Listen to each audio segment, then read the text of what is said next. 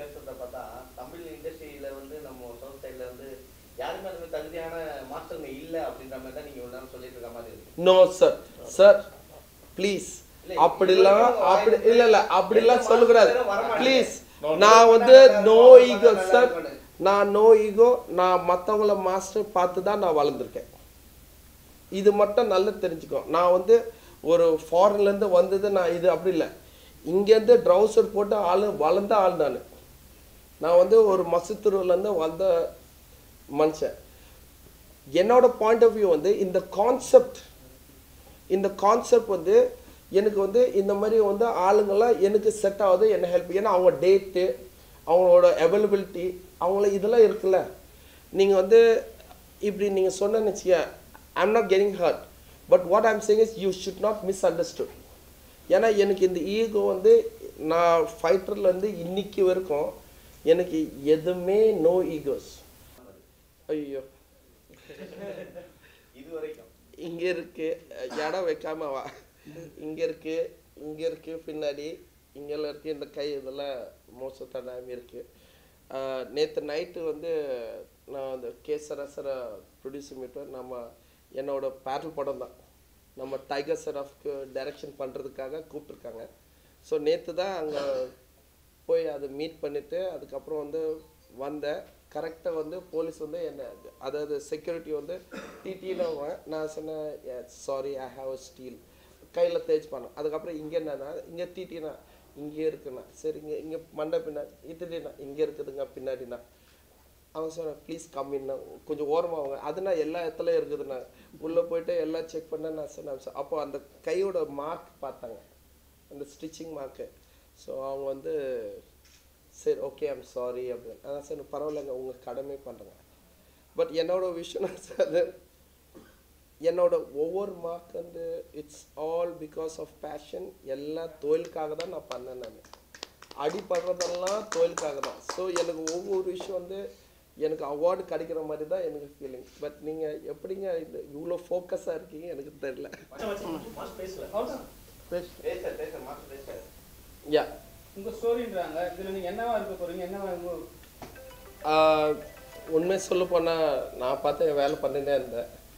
But வெற்றி வந்து அவர் வந்து வந்து ஒரு விஷயம் ஒன்று சொன்னார். இந்த மாதிரி வந்து ஒரு கதை சொன்னார். எனக்கு கொஞ்சம் ரொம்ப காம்ப்ளிகேட்டாக இருந்தது. சரி இதுக்கு யார் ஹீரோ காரணங்கண்ணா, நீங்கள் தான் சார் ஹீரோண்ணா. சார் ஏங்க நான் ஹீரோ வந்தால் ஏங்க நீங்கள் கொஞ்சம் யோசிச்சுட்டு சொன்னீங்களா இல்லை இது பண்ணுறீங்களாண்ணா. தென் அதுக்கப்புறம் அவரோட பாயிண்ட் ஆஃப் வியூ வந்து ரிசர்ச் பண்ணாங்க. இந்த மாதிரி வந்து ஒரு பீட்டர் ஹேங் வந்து இத்தனை வருஷம் வந்து நீங்கள் எல்லாருக்கும் உழைச்சிருக்கீங்க, எல்லாம் பண்ணியிருக்கீங்க அப்படி சொன்னாங்க. ஸோ அப்படி இருக்க போகும்போது இந்த மாதிரி ஒரு படம் வந்து ஏன்னா ஒரு ஹீரோ வந்து ஒரு நல்ல ஸ்மார்ட்டாக ஹேண்ட்ஸம் இருக்குன்னு அவசியம் கிடையாது. ஏன்னா this story is something strange. It's about நம்ம வந்து ஒரு ட்ரைபிள் ஒரு காட்டு மனுஷங்க. ஸோ காட்டு மனுஷங்க இப்படியே சொல்லிட்டு ஒரு 6 மாதமாக ஃபாலோ பண்ணியிருக்காரு. அப்போ தான் நான் யோசிச்சு பார்த்தேன், சரி ஒரு காட்டு மனுஷன் தானே, ஒரு அழகு ஒரு லுக்கிங்னா. பட் அவங்களோட பாயிண்ட் ஆஃப் வியூ வந்து சொல்லியிருக்காரு. சார் நீங்கள் எத்தனை ஹீரோஸு எப்படிலாம் நீங்கள் சொல்லி கொடுத்துருக்கீங்க.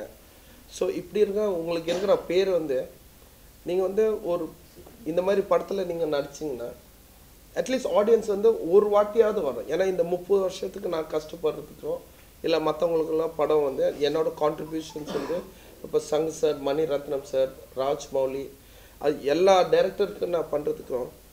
ஸோ இப்படி இருக்க போகும்போது அவ்வளோ கான்ட்ரிபியூஷன் நீங்கள் கொடுத்துருக்கீங்கன்னா இந்த படத்துக்கு கண்டிப்பாக வந்து உங்களுக்கு சூட் ஆகும் சார். ஸோ அட்லீஸ்ட் ஆடியன்ஸ் வந்து ஒரு வாட்டியாவது வந்து பார்ப்பாங்க. ஒரு பீட்டர் ஹேங் வந்து நடிக்கிறாங்கன்னா ஒரு அவங்க ஏற்றுக்கிட்டாங்கன்னா அதை நான் வேறு லெட்ஸ் பி வெரி ஃபேக்ட். ஏன்னா இந்த மூஞ்சி வச்சுக்கிட்டு நடிக்க போகும்போது யார் பார்ப்பாங்க அப்படிலாம் நான் சொல்லியிருந்தேன் நான். பட் அவங்க என்ன சொன்னால் இல்லை சார் உங்கள் பர்ஃபார்மன்ஸு எல்லா ஹீரோ நடிக்கிறது அவங்களோட பர்ஃபார்மன்ஸ் வந்து உங்கள் மூலியமாக தான் வந்திருக்கு. அப்படி இருக்க போகும்போது நீங்கள் வந்து பண்ணுங்கள் sir. But will do our best அப்படின்னா. But there are script, there are lot of changes. ஏன்னா என்னோடய லைஃப் வந்து 30 வருஷோட எக்ஸ்பீரியன்ஸ் வந்து நான் நேர்மையாக இருக்கிறேன்.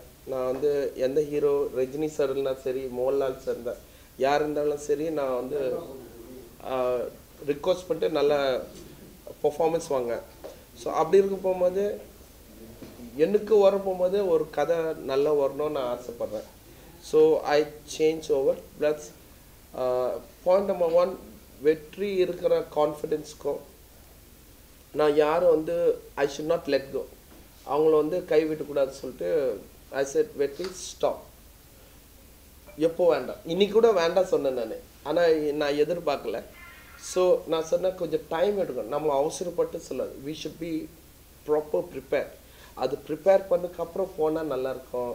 நம்ம வந்து இவங்கெல்லாம் மீடியாஸில் எப்போவுமே இருப்பாங்க, நம்ம ஒரு விஷயம் சொன்னால் அவங்களுக்கு ஒரு நல்ல நியூஸ்லாம் சொல்கிறதுக்கு ரெடியாக இருப்பாங்க. பட் நம்ம ஒரு நியூஸ் கொடுக்க போகும்போது ஒரு நல்ல ப்ரிப்ரேஷனோடு கொடுத்தா நல்லாயிருக்கும் அப்படின்னு நான் சொன்னேன். So humbly we are trying to do our best and I don't know, எனக்கு ஒரு சர்ப்ரைஸாக இருக்குது இன்னைக்கு எல்லோரும் வரதுக்கு. But I wanted to be humble, I wanted to do my best for this film and let's see what is happening to the next. But for sure எனக்கு Chowdhury sir இருக்காரு, அவர் வந்து வெற்றி பேச்சு கேட்டு அதுக்கப்புறம் என்னன்னா அவர் கண்ணு மூடி நான் மாஸ்டர் என்ன சொல்கிறாங்க அது பண்ணுறதுக்கு நாங்கள் வந்து எல்லாத்துக்கும் ப்ரிப்பேராக இருக்கோம் அப்படி சொன்னார். ஸோ இப்படிப்பட்ட ஒரு ப்ரொடியூசர் சார் இருக்கும். சார் வந்து எனக்கு நான் ஃபைட்டருக்கு போகும்போது ட்ரௌசர் போட்டு சுற்ற போகும்போது சாருக்கு தெரியும் எனக்கு. அதே நேரத்தில் வெற்றி வந்து என்னை ப்ரொவோக் பண்ணியிருக்காரு. ஸோ இப்படி போகும்போது I will surely do my best. But truthfully I didn't want this to happen.